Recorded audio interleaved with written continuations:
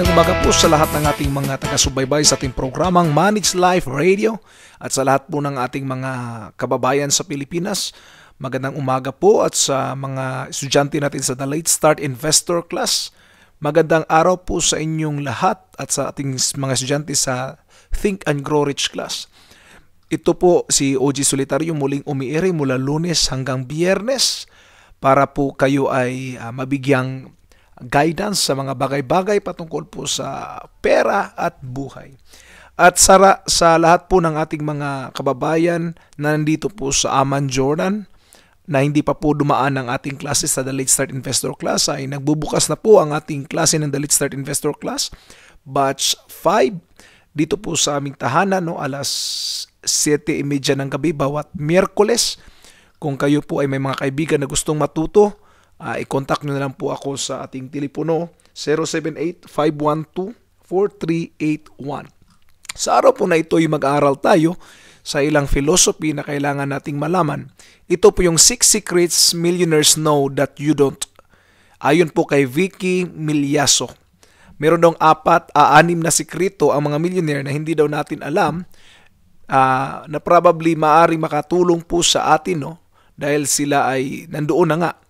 Una po dito sa listahan nila is everything is marketing.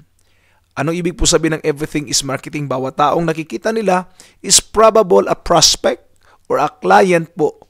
Yun po yung iniisip nila. Sa lahat ng pagkakataon, iniisip nila na ito, opportunity ko na to. Pwede kong maging client ito. Pwede kong maging,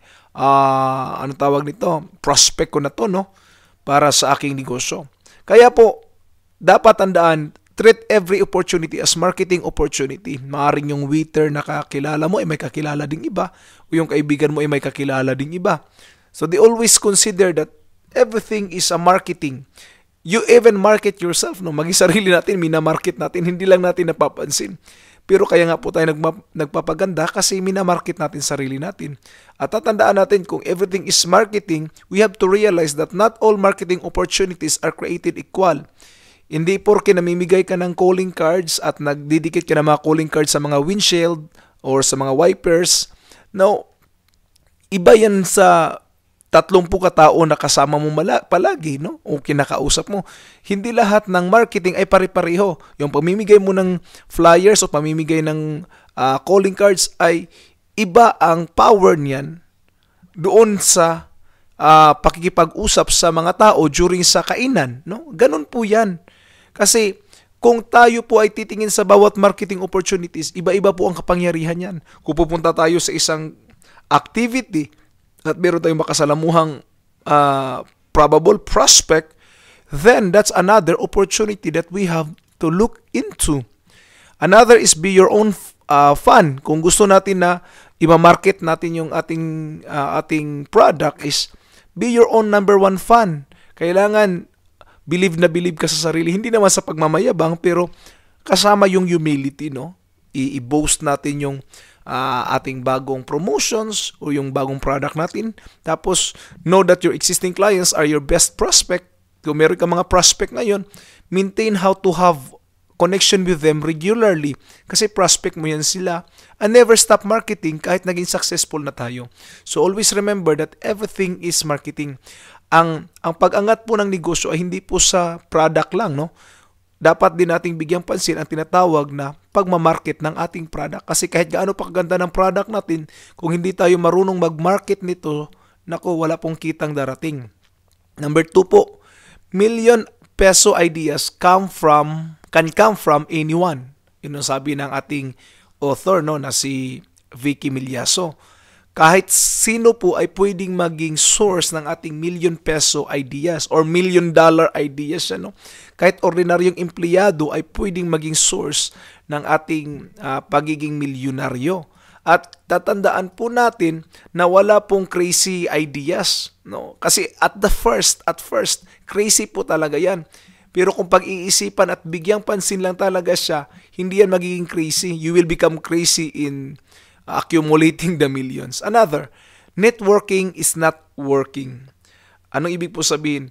Minsan pumunta tayo sa mga networking groups para na sa ganun ay ma-promote yung product natin. Actually, sila po ay pinipilit ding pinapalago ang kanilang negosyo. Kaya kung bigyan mo yan sila ng calling card, babalikan ka rin ng calling card kasi ang focus nila is also to network their products. Kaya wag po kayong magbenta ng products doon sa mga networking groups na pupuntahan niyo because it's no longer working. Ang kailangan po natin hindi yung ka-level natin kundi yung mas nakakaangat sa atin. No? Go for the people na mas mataas ang antas ng kaalaman sa negosyo. Doon tayo pupunta. At kung maaari, seek advice from them. Bakit po? Doon tayo lalong natututo eh. Another is don't underprice yourself. Pag sinabing negosyo, negosyo. Huwag mo namang presyohan yung sarili mo nang lugi ka na. Ibig sabihin, minsan kasi nahihiya tayong magpresyo, nahihiya tayong magsabi ng presyo. Totoo yan, nahihiya tayo. Lalo na kung hindi ka negosyante. Pero pag negosyante ka, of course, you have to tell your price. No? Sasabihin mo talaga yung price. Don't underprice. Maliban na lang kung ang gawain mo is for volunteers talaga, then you don't have to say the price. No?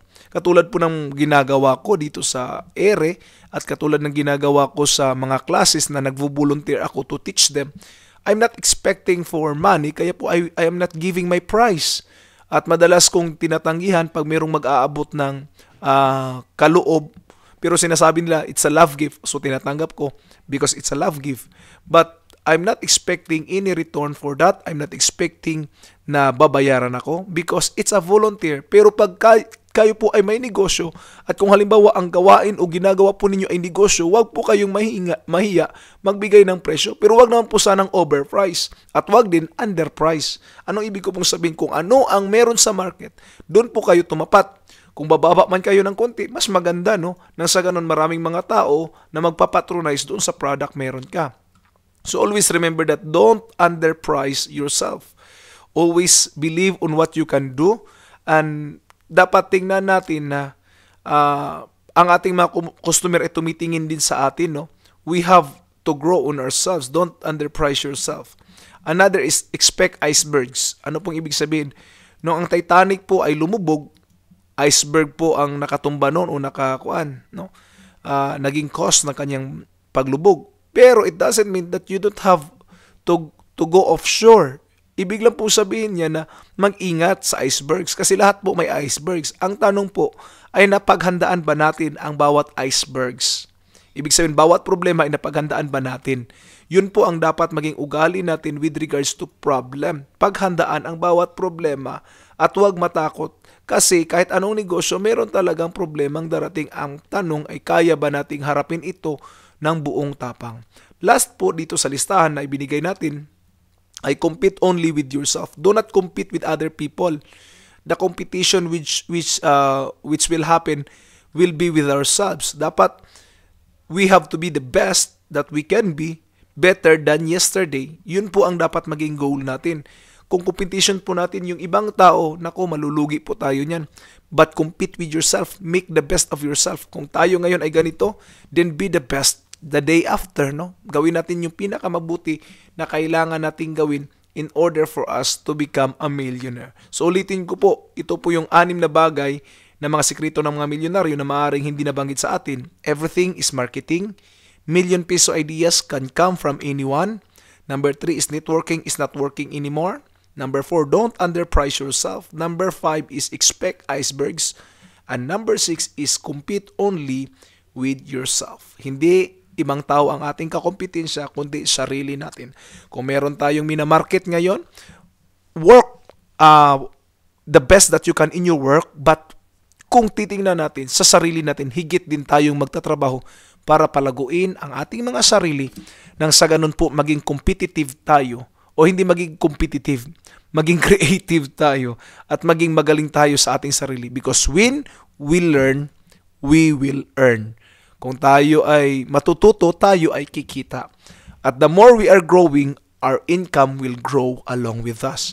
Kasi kung hindi tayo mag-grow, huwag tayong umasa ng atin pong kita ay lalago kasama natin. Yun po ang totoo at aminin na natin na bakit tayo hindi kumikita ng malaki dahil tayo po ay hindi lumalago. Kaya kailangan po tayo matuto at lalago sa ating sarili. Muli po, this is OG Solitario challenging you from Monday through Friday na magsasabi uli-uli, paulit-ulit, don't just survive, but also thrive, rich for managed life. Hanggang sa muli, paalam po.